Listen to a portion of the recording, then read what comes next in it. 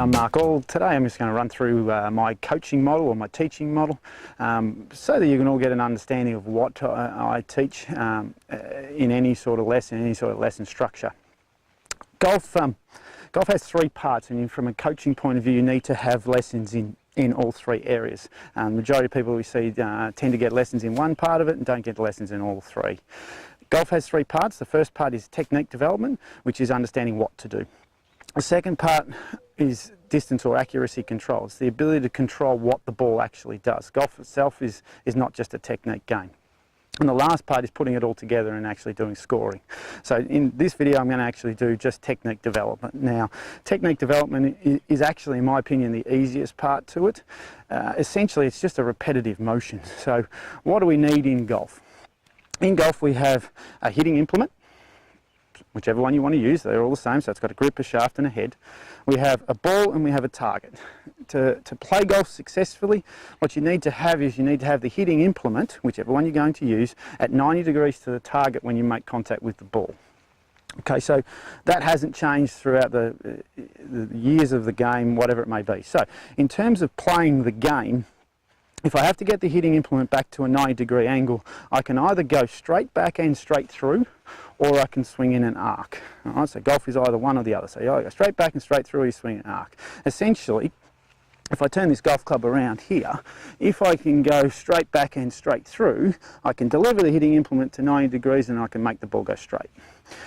If I do the other one though, if I swing in an arc, if I go this way, not only does the ball go straight, but it also goes significantly further. So from a swing point of view, what we're always trying to do in golf is produce a circular motion. So golf is a side-on sport. It matches every other sport that's a side-on sport in terms of tennis or throwing a ball, cricket, baseball. It's all side-on essentially. The action is the same. So from a swing point of view, we're always trying to swing the golf club in a circular arc. It's how we make the ball go straight. It's also how we make the ball go further. So everyone wants the same thing. They want to hit the ball longer and they want to hit it straighter and they want to be more consistent. So effectively your body can move in one of three directions. All right, so when we look at it, so I can divide my body straight down the middle and I'll get left and right. All right, so that allows my body to move this way. I can also divide my body in half and I get top and bottom. What that does is that allows me to move in this direction, and I can also divide my body straight down the side and I get front and back, and that allows me to move this way. So golf is either this way, or this way. Now from a swing point of view, we're trying to make a circle, so your rotation is always in this direction. All right, so if you're working in a golf swing banging a circle, then essentially at the end of the swing I would always finish with my weight on my left heel balanced on my right toe. My body rotates on the way back and rotates on the way through. Now, for anyone who wants to keep their head down, your body will start to move this way, which is our straight back and straight through. You're guaranteed to slice if you do that. So that's the worst thing you can actually do, and that will be a subject of one of the later videos. So my body always has to rotate. At the end of the swing, make sure you stand in this position. You'll never see a golf pro that doesn't finish in that position.